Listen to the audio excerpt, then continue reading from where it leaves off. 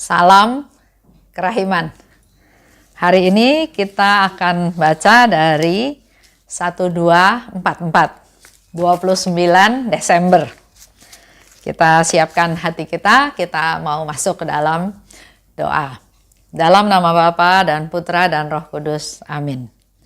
1244. 15 Agustus 1937. Dalam meditasi, kehadiran Allah meresapi aku dengan amat nyata dan aku menyadari sukacita perawan Maria pada saat ia diangkat ke surga. Menjelang akhir upacara yang dilaksanakan untuk menghormati Bunda Allah, aku melihat perawan Maria dan ia berkata kepadaku, "Oh, betapa senangnya hatiku akan penghormatan kasih kalian." Dan pada saat itu ia menyelubungi semua suster anggota kongregasi ini dengan mantelnya. Dengan tangan kanannya ia mendekap Muder Jenderal Mikaela. Dan dengan tangan kirinya ia mendekap aku, sementara semua suster yang lain sujud di kakinya diselubungi oleh mantelnya. Kemudian Bunda Allah berkata, "Setiap orang yang dengan teguh bertahan di dalam kongregasiku sampai mati akan dibebaskan dari purgatorium. Dan aku ingin agar setiap orang unggul dalam keutamaan-keutamaan berikut: kerendahan hati dan kelembutan, kemurnian dan kasih akan Allah, serta sesama, kemurahan hati dan kerahiman." Sesudah kata-kata itu, seluruh kongregasi menghilang dari pandanganku dan aku tinggal sendirian bersama Bunda tersuci yang mengajar aku tentang kehendak Allah dan bagaimana menerapkannya dalam hidup sambil menyerahkan diri sepenuhnya kepada ketetapan-ketetapannya yang maha kudus. Sungguh mustahil bagi seorang pun untuk menyenangkan hati Allah tanpa menaati kehendak kudusnya. Putriku, dengan tegas aku menganjurkan agar engkau dengan setia memenuhi semua kehendak Allah, karena itulah yang paling menyenangkan dalam pandangannya yang kudus. Aku sangat rindu agar engkau menjadi unggul dalam kesetiaan memenuhi kehendak Allah. Tempatkan kehendak Allah di atas semua mati raga dan pengorbanan. Sementara Bunda Surgawi berbicara dengan aku, suatu pemahaman yang jelas mengenai kehendak Allah menyusup ke dalam jiwaku. Ini terjadi pada tanggal 15 Agustus 1937. Di dalam meditasi, kehadiran Allah meresapi aku dengan sangat nyata. Yang dialami oleh Suster Faustina dalam merasakan kehadiran Allah itu ya. Di dalam diary ini ada beberapa contoh, beberapa sharing yang Suster Faustina berikan. Misalnya dia melihat sinar yang sangat terang. Juga dia melihat salib. Diary 1244. Hal ini terjadi pada tanggal 15 Agustus 1937. Dikatakan oleh Suster Faustina dalam meditasi, kehadiran Allah meresapi aku dengan sangat nyata. Kalau kita juga suka sharing ya di antara teman-teman, ada yang setelah penyembahan dia bercerita, dia sharing. Nah, salah satu atau beberapa sharing dari teman-teman yang pernah saya dengar, dia bilang, "Bu Esther, dalam penyembahan itu saya melihat sinar yang sangat terang." Ada lagi teman yang lain cerita, dia bilang dia melihat salib yang besar. Ada lagi yang cerita, dia bilang dia melihat punggungnya Yesus yang berjubah putih sedang berjalan. Jadi nggak kelihatan mukanya, tapi kelihatan punggungnya. Juga melihat ada rangkaian bunga mawar yang diberikan kepadanya. Ada juga perasaan rasa damai, rasa sukacita, rasa sungguh dikasihi. Jadi ada banyak pengalaman sharing dari teman-teman yang merasakan Allah hadir dan dikatakan oleh Suster Faustina, kehadiran Allah meresapi aku dengan sangat nyata ya. Jadi kelihatan Allah itu sungguh hadir. Dan aku menyadari sukacita perawan Maria pada saat ia diangkat ke surga. Pada saat itu, Suster Faustina juga bisa merasakan kebahagiaan sukacitanya Bunda Maria waktu dia diangkat ke surga. Kita ingat ya, dalam peristiwa Rosario, peristiwa mulia yang keempat, Bunda Maria diangkat ke surga. Yang kelima, nanti Bunda Maria dimahkotai di surga. Kita juga pasti ada satu perasaan senang karena apa yang diminta oleh Tuhan sudah dilaksanakan oleh Bunda Maria. Sehingga dia mendapatkan satu kehormatan, satu posisi, satu keadaan, situasi, dia diangkat ke surga. Menjelang akhir upacara untuk menghormati Bunda Allah, aku melihat perawan Maria. Dan Bunda Maria berkata kepadaku, kata Suster Faustina ya,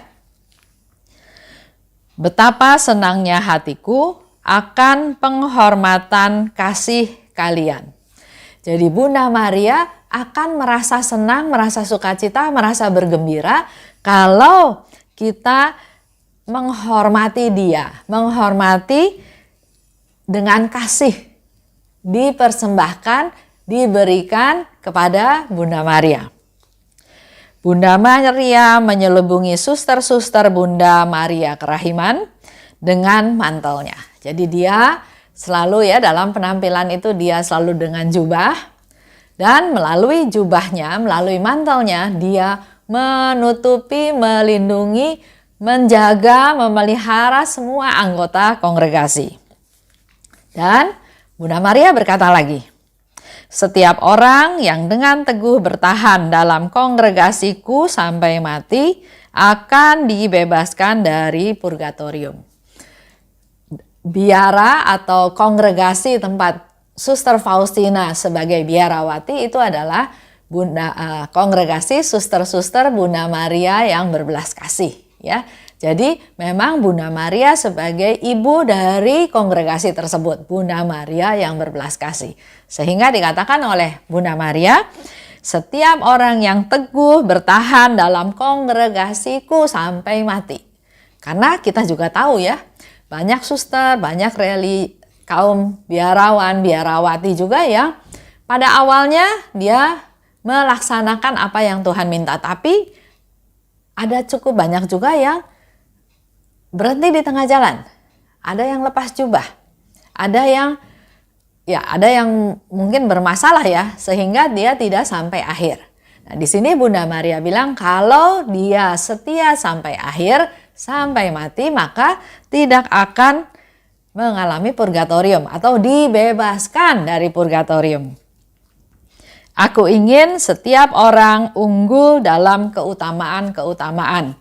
Bunda Maria tetap berharap pada kita semua, pada suster-suster dalam kongregasi, agar melakukan keutamaan-keutamaan, unggul dalam keutamaan-keutamaan, yaitu kerendahan hati, kelembutan, kemurnian, kasih akan Allah dan sesama, kemurahan hati, dan kerahiman. Itu yang menjadi harapan Bunda Maria pada kita semua. Sehingga dikatakan nanti kita bisa tidak perlu mengalami purgatorium. Itu janji khusus untuk suster-suster kongregasi ya. Tapi untuk kita semua juga pasti Bunda Maria akan berdoa pada kita, berdoa untuk kita supaya kita juga mengalami hidup yang berkenan pada Tuhan.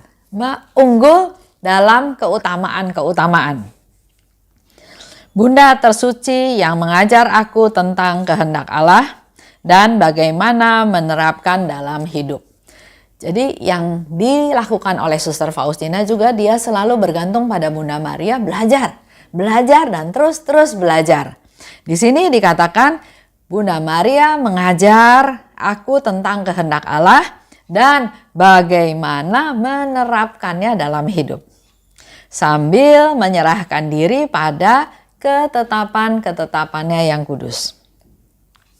Di sana Bunda Maria dengan tegas berkata kepada Suster Faustina, putriku, Dengan tegas aku anjurkan agar setia memenuhi kehendak Allah.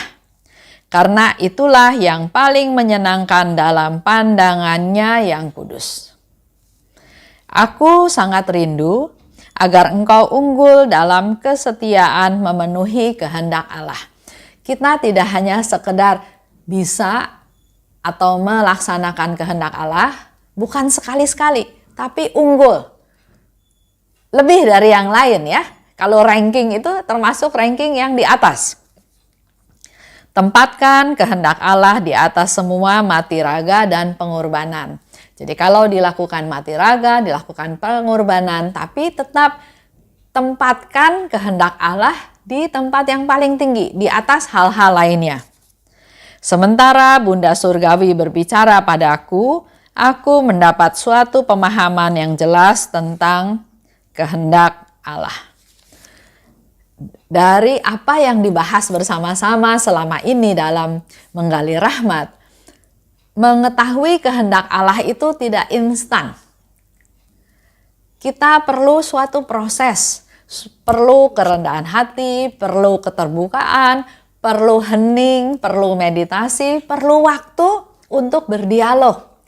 Berdialog dengan Tuhan, berdialog dengan Bunda Maria untuk kita mendapatkan pencerahan-pencerahan sehingga akhirnya kita bisa tahu apa kehendak Allah.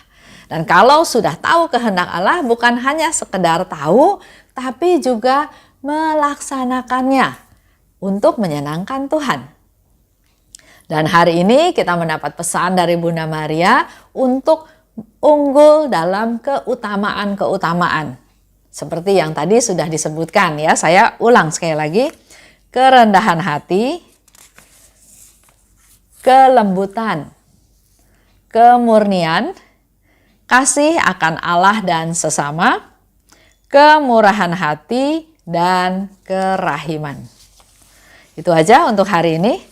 Kita lebih mempersiapkan diri untuk bisa masuk ke tahun yang baru dengan suatu situasi yang baru, dengan planning yang baru, dengan tujuan hidup yang baru, supaya semakin hari semakin berkenan pada Allah.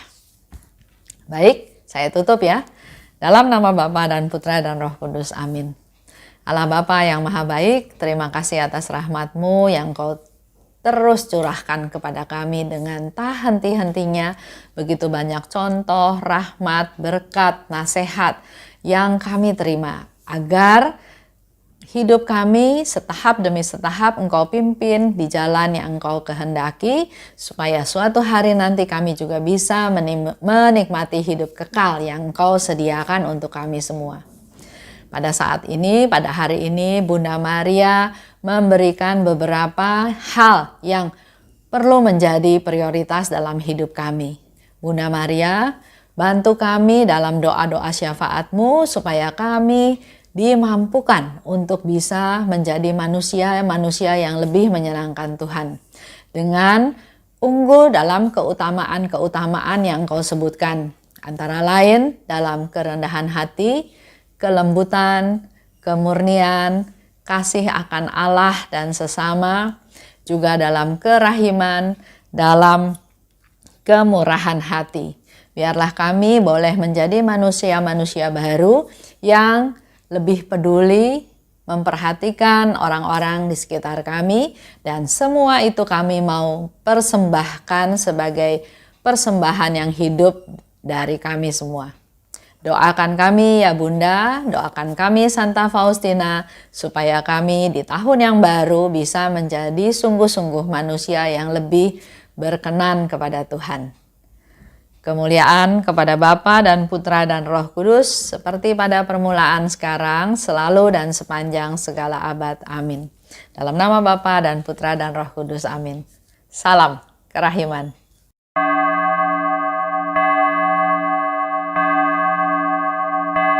Hatiku